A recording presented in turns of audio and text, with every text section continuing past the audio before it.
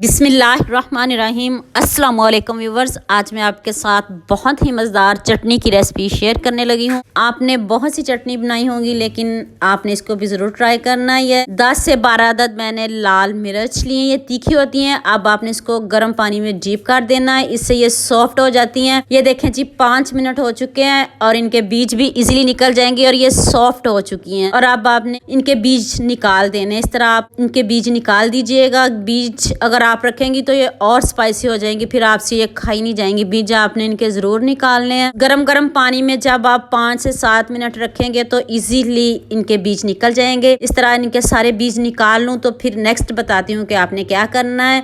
1 table spoon जीरा, 1 teaspoon सौंफ लिया और 1/2 टीस्पून अजवाइन और 1 टेबल स्पून मैंने इसमें तिल ऐड किए हैं। ये सिर्फ 4 इंग्रेडिएंट्स हैं। इनको आपने रोस्ट करना है, हल्की सी खुशबू आने लग जाए तो तब आपने इनको नीचे उतार लेना है। तो फिर आपने इनको पीस लेना है। तो अब आप किसी भी ग्राइंडर या जार में इसको डाल के तो पीस लें, जिसमें भी आप चटनी को पीसते हैं। जितनी आपने मिर्च लिए हैं उतनी ही क्वांटिटी में आपने लहसुन लेना। 10 से 12 लहसुन के जवे हैं और 10 से 12 अदद ही इसमें मैंने लाल मिर्च ऐड की है। तो अब आपने इसमें थोड़ा थोड़ा पानी ऐड करते जाना है और इसको ग्राइंडर में पीस लेना। अच्छे से देख ले मैंने पीस लिया है, पानी ज्यादा ऐड नहीं करना आपने। अब आपने इसमें 1 टेबल स्पून गुड़ ऐड करना है। इससे चटनी बिल्कुल भी मीठी नहीं बनेगी, बहुत मजे की बनेगी। तो मैंने इसमें 1 टेबल स्पून गुड़ ऐड किया है और आप इसमें 1 टेबल स्पून आमचूर का पाउडर ऐड किया है। अगर आपके पास नहीं है तो आप इसको स्किप कर सकते हो, इसकी जगह आप इमली भी ऐड कर सकते हो।